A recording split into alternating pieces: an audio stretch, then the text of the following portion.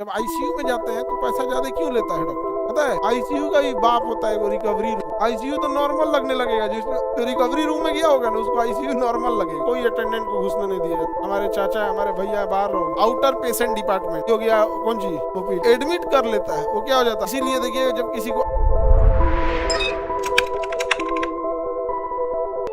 महिलाएं हॉस्पिटल को बहुत अच्छे से संभाली। तो हॉस्पिटल में डे शिफ्ट और नाइट शिफ्ट क्या मतलब होता है? हॉस्पिटल होता है, जो आईपीडी होता है, ओपीडी मैंने बार बार आया दिखा के चल गया। आउटर पेशेंट डिपार्टमेंट, ऐसा पेट दर्द है, दो दवाई लिखो चल जाओ, ये हो गया कौन सी ओपीडी। नहीं समझ में आ गया?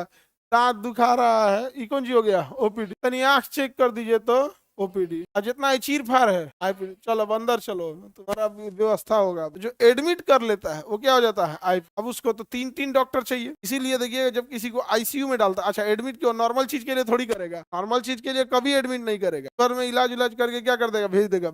हाथ पैर टूटा है तो एडमिट नहीं करेगा, अगर ऑपरेशन जब तक बढ़िया से नहीं टूटा। प्लास्टर करना है तो प्लास्टर करके भेज देगा, लेकिन अगर चीर फाड़ करके उसमें स्टील लगाना है तो 2-3 दिन रख लेगा। जब आईसीयू में जाते हैं तो पैसा ज्यादा क्यों लेता है डॉक्टर? पता है, आईसीयू में तीन डॉक्टर, एक का शिफ्ट कितने घंटे है? 8 घंटे। डॉक्टर है, नर्स है, टेक्नीशियन है, सफाई कर्मी है, कितना चीज है वो 3 घंटे का। फिर अगला शिफ्ट आएगा 3 घंटे का, 8 घंटे का, 8-8 घंटे का 3 शिफ्ट लगेगा। ओपीडी में क्या था, एक डॉक्टर को दिखाए चले गए।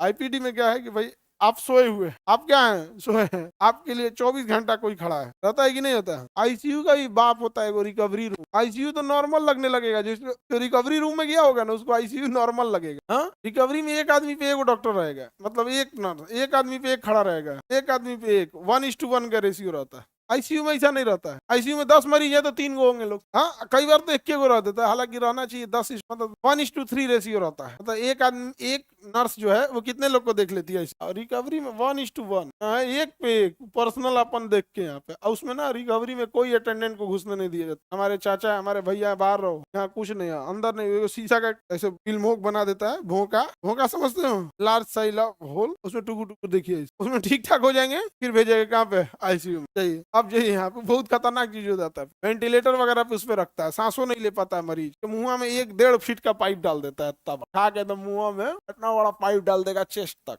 एगो मशीन रहेगा, वो हवा फेंकेगी, वही मशीन, वो तो अलग चीज हो जाता है। वैसा किसी को नौबत ना है, वरना एक बार उसमें घुसिएगा तो 20 जगह से आवाज आएगा, टी दुनिया भर का।